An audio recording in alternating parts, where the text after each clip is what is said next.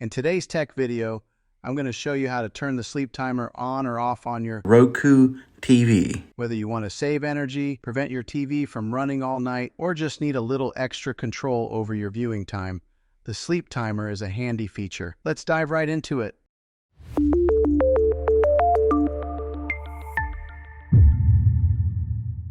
Step 1. Accessing the settings menu. The first step is to grab your remote and head to the settings menu. You'll do this by pressing the home button on your remote, which will bring up the TV's main menu. From here, scroll to the left and select Settings. Step 2. Navigate to General Settings. Once you're in the Settings menu, scroll down to find General. This is where we'll find the sleep timer settings. Select General by pressing the OK or Enter button on your remote. Step 3. Select System Manager.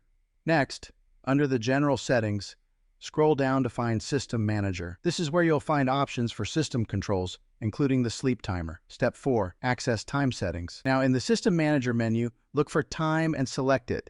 This will take you to the time settings for your TV. Step 5. Turn sleep timer on or off.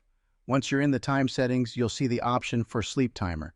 This is where you can either turn it on or off. If you want to enable the sleep timer, simply choose a time interval: 10, 20, 30, 60 minutes, and so on.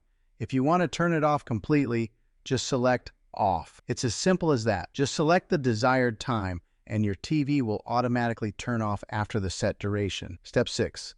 Double-check your settings. Once you've set the sleep timer, make sure to double-check your settings before you exit. You can always come back to this menu if you want to adjust or disable it later. And that's it. You've now successfully turned the sleep timer on or off on your TV. This feature is great if you like to watch TV before bed and don't want it running all night. If this video helped you out, be sure to give it a thumbs up and don't forget to subscribe for more helpful tech tips and how-tos.